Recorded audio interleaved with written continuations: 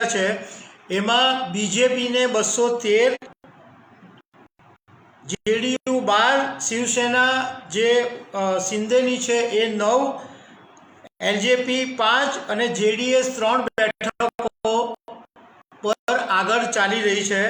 જ્યારે કોંગ્રેસ 84 બેઠકો પર, સમાજવાદી પાર્ટી 31 બેઠકો પર, ડીએમકે 16 બેઠકો પર, શિવસેના યુબીટી 9 બેઠકો પર, શરદ પવારની એનસીપી 7 બેઠકો પર, આમ આદમી પાર્ટી 4 બેઠકો પર, આરજેડી 3 બેઠકો પર, ટીએમસી 19 બેઠકો પર અને આંધ્રપ્રદેશનું વાયએસઆર 5 બેઠકો પર આગળ ચાલી રહ્યું હોય એવું ઇલેક્શન કમિશનની વેબસાઇટ ઉપર કહેવામાં આવ્યું છે। પરંતુ ઇલેક્શન કમિશન કરતાં ચેનલો વધારે આગળ હોય એવું લાગે છે, કારણ કે 10 વાગ્યા સુધીમાં 542 બધી જ બેઠકો પર આંકડાઓ જાહેર થયા હતા।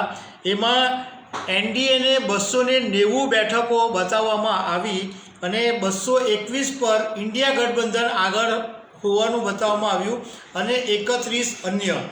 પણ 9:45 જો એક આંકડાની વાત કરીએ તો એક તબક્કો એવો હતો કે 260 ઉપર એનડીએ આગળ ચાલતી હતી અને 260 ઉપર ઇન્ડિયા ગઠબંધન આગળ ચાલતી હતી। પણ એક મહત્વની વાત તમારી સાથે શેર કરવી છે કે એવું કહેવાય છે કે વલસાડ બેઠક ઉપરથી જે પાર્ટીનો ઉમેદવાર જીતે એની દિલ્હીમાં સરકાર બને છે। તો અત્યારે ઇલેક્શન કમિશનના જે આંકડા છે એ મુજબ વલસાડ બેઠક ઉપર ભાજપના ધવલ પટેલ 1,12,000 વોટથી આગળ ચાલી રહ્યા છે। એટલે એમ જે વાયકા ચાલે છે એ મુજબ એમ કહી શકાય કે દિલ્હીની અંદર એનડીએની સરકાર બની શકે છે। પહેલાં હું તમારી સાથે ગુજરાતના આંકડા શેર કરી દઉં કે ઇલેક્શન કમિશનના જે 10 વાગ્યા સુધીના આંકડા હતા એમાં કોંગ્રેસ માત્ર એક બેઠક ઉપર આગળ ચાલતી હતી અને એ બેઠક છે પાટણની। પાટણમાં 13,000 વોટથી કોંગ્રેસના ઉમેદવાર આગળ ચાલતા હતા।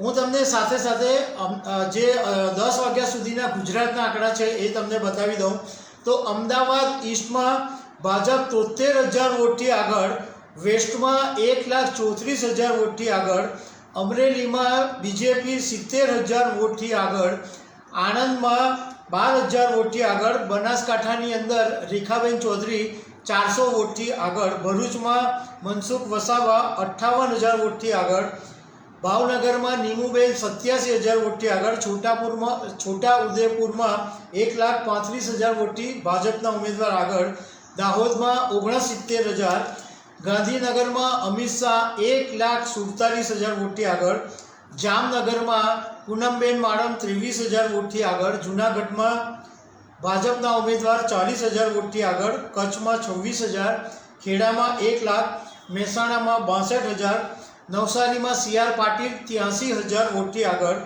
પંચમહાલમાં 1,43,000 વોટથી ભાજપના ઉમેદવાર આગળ છે, પોરબંદરમાં મનસુખભાઈ માંડવિયા 1,13,000 વોટથી આગળ, રાજકોટમાં પરસોત્તમ રૂપાલા 1,00,000 વોટથી આગળ, સાબરકાંઠામાં 16,000 વોટથી આગળ, સુરેન્દ્રનગરમાં 48,000 વોટથી આગળ, વડોદરામાં 1,26,000 અને વલસાડનું જેમ તમને કીધું તેમ 1,12,000। હવે આ ઇલેક્શન કમિશનના આંકડા છે, પરંતુ ચેનલો ઉપર જે બતાવવામાં આવ્યું એમાં કોંગ્રેસ 4 બેઠકો ઉપર આગળ બતાવવામાં આવી। બનાસકાંઠામાં ગેનીબેન 5,689 વોટથી આગળ, પાટણમાં ચંદનજી ઠાકોર 9,053, સાબરકાંઠામાં તુષાર ચૌધરી 2,2500 વોટથી આગળ અને જૂનાગઢમાં હીરા જોટવા કોંગ્રેસના ઉમેદવાર 2,161 વોટથી આગળ ચાલી રહ્યા છે। હવે મોટે ભાગે જે પત્રકારો છે એવું અને કોંગ્રેસના લોકો એવું કહી રહ્યા છે કે આખું જે ચિત્ર છે એ લગભગ 11:30 વાગ્યાથી માંડીને 12 વાગ્યા સુધીમાં એક્ઝેક્ટ ખબર પડશે। એ પછી એવી ખબર પડશે કે કોનો ટ્રેન્ડ સૌથી આગળ ચાલી રહ્યો છે। હમણાં એબીપીમાં 265 એનડીએ બતાવે છે અને 254 ઇન્ડિયા ગઠબંધન બતાવે છે। આ હમણાં પેલું 300 200 થઈ ગયું તો એ પાછું આવું થઈ ગયું। અત્યારના જે લેટેસ્ટ આંકડા અમારા સહયોગી આપી રહ્યા છે એમાં એનડીએ 265 અને ઇન્ડિયા ગઠબંધન લગભગ 243 પર આગળ 254 ઉપર આગળ ચાલી રહ્યું છે. આંકડા તો એવું છે કે 5-5 મિનિટે બદલાઈ રહ્યા છે, પણ જે અમને જાણવા મળ્યું કે મોટે ભાગે ભાજપના લોકો મુહૂર્તમાં માને છે અને 12 વાગે એક અભિજીત મુહૂર્ત છે, એટલે 12 વાગ્યા પછી એક્ઝેક્ટ ચિત્ર આવશે એવું પત્રકારો પણ કહી રહ્યા છે, કોંગ્રેસના લોકો પણ કહી રહ્યા છે. બીજા એક મહત્વના ન્યૂઝ તમારી સાથે એ શેર કરીએ કે વારાણસી બેઠક ઉપર શરૂઆતમાં પ્રધાનમંત્રી નરેન્દ્ર મોદી 6000 વોટથી પાછળ ચાલી રહ્યા હતા. એ સૌથી મોટી અને મહત્વની વાત હતી કે પ્રધાનમંત્રી નરેન્દ્ર મોદી વારાણસીની બેઠક એકદમ સેફ માનવામાં આવે છે અને પીએમ પાછળ ચાલતા હતા, એને કારણે બધાને ચિંતા પેદા થઈ ગઈ હતી. પરંતુ જો કે એ પછી પ્રધાનમંત્રી નરેન્દ્ર મોદી હવે આગળ ચાલી રહ્યા છે અને લગભગ 619 વોટથી આગળ ચાલતા હતા એવું 10 વાગ્યાના આંકડા પરથી અમને જાણવા મળેલું. હવે ગુજરાતની વાત કરીએ તો જે બેઠકો એવી છે કે 100% હવે જીતવાની છે, એમાં ગાંધીનગરની અમિત શાહની બેઠક એક કન્ફર્મ લાગે છે, કારણ કે એટલી બધી લીડ છે કે એને કાપવી મુશ્કેલ છે. એવી જ રીતના રાજકોટ બેઠક ઉપર ક્ષત્રિય સમાજના આંદોલનની હવા નીકળી ગઈ હોય એવું લાગે છે, કારણ કે 1 લાખ વોટથી પરસોત્તમ રૂપાલા આગળ છે, એટલે એ વોટ કાપવા પણ મુશ્કેલ છે. મનસુખ માંડવિયા પણ 1,13,000 વોટથી આગળ છે.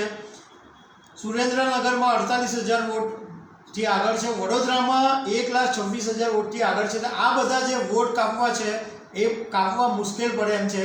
અમદાવાદ વેસ્ટની બેઠક પર 1,34,000 વોટથી ભાજપ આગળ છે. બીજું કે શેર બજારની અંદર પણ જે શરૂઆતમાં 1 કલાકની અંદર 2100 પોઈન્ટનું ગાબડું પડી ગયેલું, એમાં થોડી રિકવરી આવી અને અત્યારે 10 વાગ્યા સુધીના જ્યારે મેં આંકડા જોયા ત્યારે શેર બજાર લગભગ 1400 પોઈન્ટ જેટલું ઘટેલું હતું.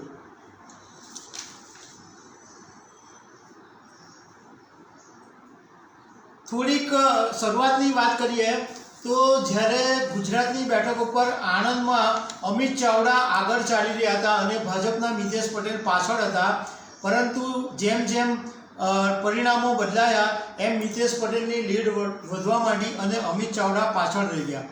સૌથી મહત્વની વાત એ છે કે ભરૂચ બેઠક ઉપર ચૈતર વસાવા જે ઇન્ડિયા ગઠબંધનના ઉમેદવાર હતા એ શરૂઆતમાં બહુ જ આગળ ચાલતા હતા, પરંતુ એ પછી જ્યારે મતો જાહેર થવા માંડ્યા એમ તેમ મનસુખ વસાવાની લીડ ખાસી એવી વધી ગઈ છે.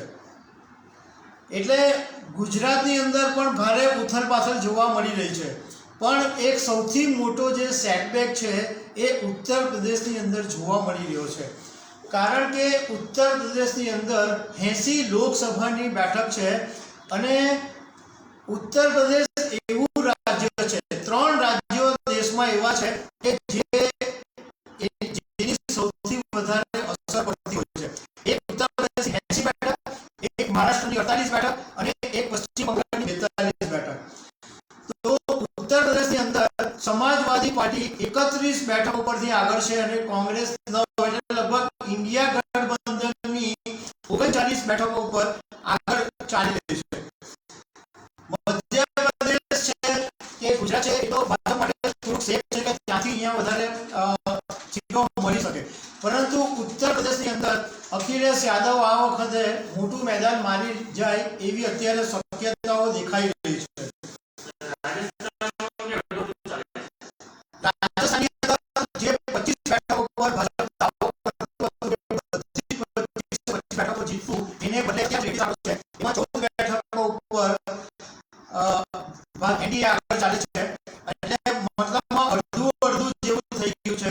અને મહારાષ્ટ્રમાં પણ અત્યારે એવી હાલત છે કે 48 બેઠકોમાંથી અડધું છે, કારણ કે ત્યાં ઇન્ડિયા ગઠબંધનમાં એનસીપીની શરદ પવાર છે, પછી કોંગ્રેસ છે, શિવસેનાની યુપીટી છે, એટલે ત્યાં આગળ પણ કસાકસી જોવા મળી શકે છે. અત્યાર સુધીના જે પરિણામો આવી રહ્યા છે એના ઉપરથી કાંટાની ટક્કર તો લાગી જ રહી છે. એકદમ સાવ જે એક્ઝિટ પોલ પોલમાં સીધો અને સરળ માર્ગ બતાવવામાં આવ્યો એવું દેખાતું નથી. ઉલટ થઈ શકે છે, પરંતુ જેમ પત્રકારો અને કોંગ્રેસે કીધું કે 12 વાગ્યા સુધીમાં જેટલા પરિણામો ખુલશે એના પરથી ટાઈમ ખબર પડશે. તો દર્શક મિત્રો, અમે તમને આજે રેગ્યુલરલી અપડેટ આપતા રહીશું.